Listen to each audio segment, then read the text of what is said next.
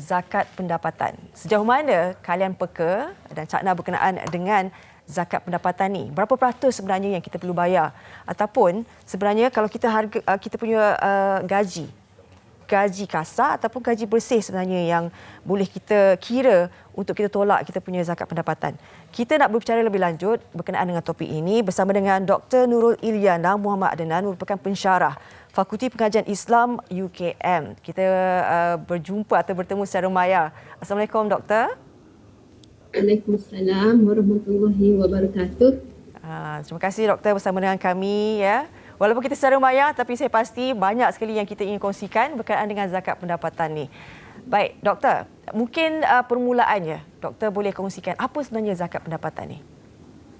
Okey, terima kasih kepada MHI mula sekali kerana sudi menjemput saya. Okey, apa yang dikatakan dengan zakat pendapatan ni? Zakat pendapatan ni sebenarnya adalah dalam konteks gaji ataupun upah yang tergolong dalam zakat mal al-mustafad. Mal al-mustafad ni adalah sesuatu yang diperolehi oleh seseorang dan memilikinya dengan pemilikan yang baru ketika haul melalui jalan yang diakui oleh syarak. Maksudnya pendapatan dia tu pendapatan yang halal lah bagi orang Islam. Okay, itu menurut Al-Idrus. Menurut Hussein Syahtah pula, zakat pendapatan ini ataupun zakat mal mustafad ni diklasifikasikan daripada hasil usaha perdagangan atau ternakan yang dilakukan secara individu ataupun secara bersyarikat, pendapatan melalui ganjaran ataupun upah daripada sesuatu pekerjaan atau perkhidmatan, pendapatan yang berasas kepada kerja bermajikan semata-mata, dan pendapatan berasaskan sesuatu keadaan seperti kematian. Kalau kematian kita dapat faraid tu kan. Betul.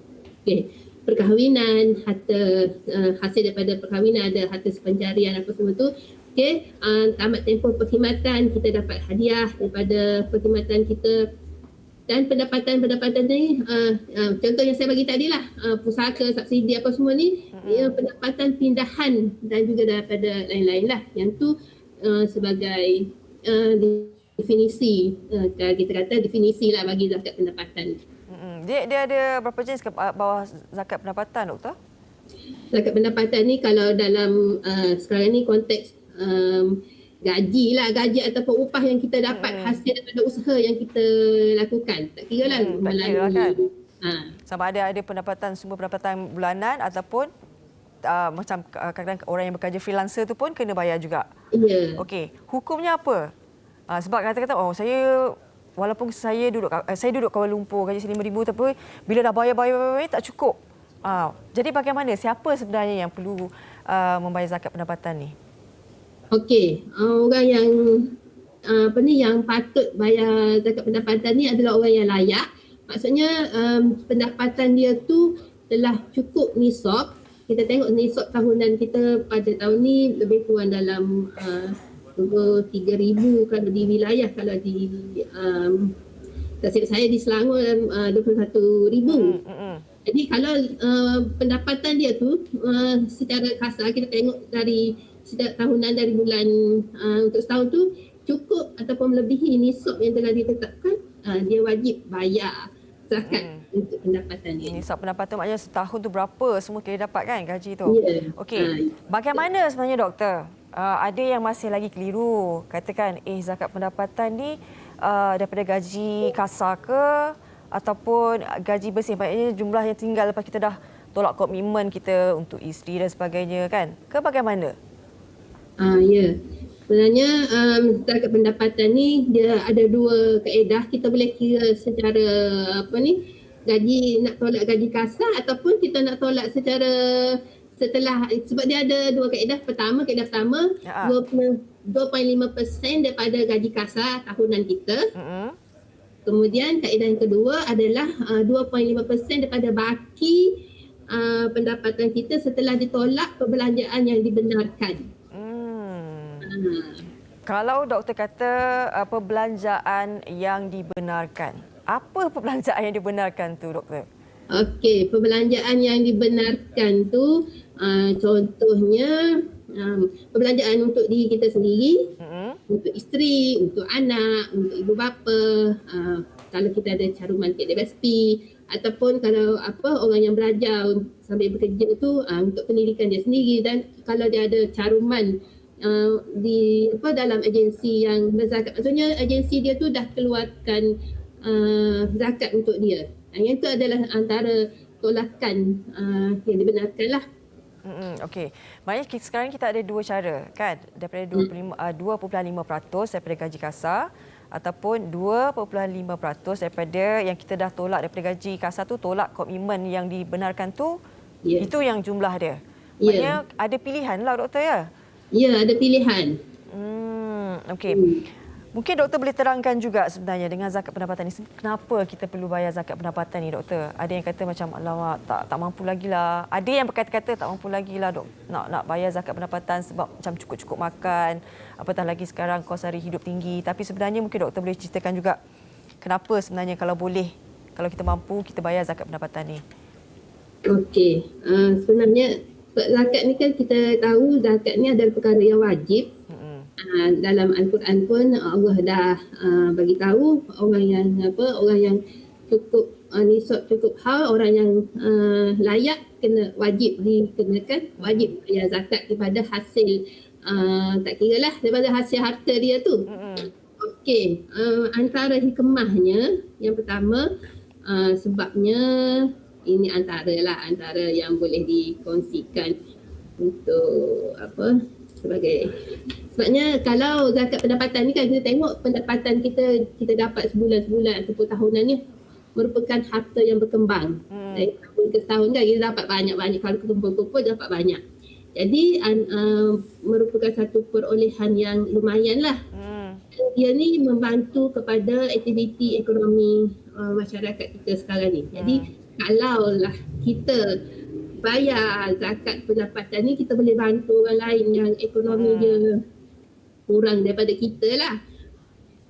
Maknanya kita membantu orang yang memerlukan juga. Orang yang lebih memerlukan daripada, walaupun kita rasa cukup-cukup makan, tapi sebagai orang Islam mungkin kita, sebabnya zakat ni pun salah satu cara untuk penyucian harta kita ni dan juga pembersihan jiwa daripada sifat kikir ataupun bakhil. Okey, mungkin doktor boleh terangkan juga kan sebenarnya kelebihan zakat pendapatan ni. Apa yang boleh kita perolehi kalau kita buat zakat pendapatan ni? Selain daripada kita tahu bahawa kita dapat membantu orang lain kan. Sebab sekarang ini pun ada kata, saya bayar LHDN. Lepas tu zakat bagaimana? Ya betul. Yang tu salah satu perkara yang paling tu adalah kalau kita bayar zakat, kita akan dapat rebate untuk LHDN tu. Kita akan dapat rebate sepenuhnya daripada zakat yang kita bayar. Contoh kalau zakat tahun ni kita bayar 3,000, LHDN kita bayar 3,000. So kita dapat rebate 3,000. Jadi untuk tahun ni kita tak bayar adalah untuk untuk LHDN tu lah kita punya net tax kita tu. Maknanya rebate 100 full rebate. Rebate 100% lah kita dapat kalau buat zakat pendapatan tu. Ya. Okay. Based on kadar cukai ataupun tax yang kita bayar pada tahun tu lah. Kalau tax kita 3,000, kita bayar zakat 1,000, jadi kita kena bayar tax baki itulah 1,000 lagi. Okey. Sebenarnya kalau zakat pendapatan ni doktor, dia mungkin ramai yang mungkin terutama generasi baru lah kan, mungkin yang baru bekerja dan sebagainya masih lagi samar berkenaan dengan zakat pendapatan ni. Mungkin doktor boleh bagi jalan kepada mereka sebab kita tahu juga bagaimana rakyat Malaysia ni kita peka kan, masih ramai lagi ke yang tak tahu. Mungkin ikut kajian doktor sendiri, kita nak tengok sekarang ni dah 2023 kan, kita kalau boleh kita nak ajak lebih ramai lagi lah untuk bersama dengan zakat pendapatan ni. Melihat suasana di Malaysia ni sekarang bagaimana respon orang ramai? Okey, menurut kalau tengok pada kajian sekarang ni dah ramai dah yang bayar zakat pendapatan. Kalau kita tengok di wilayah dengan Selangor merupakan negeri yang tertinggi kutipan zakat pendapatan ni.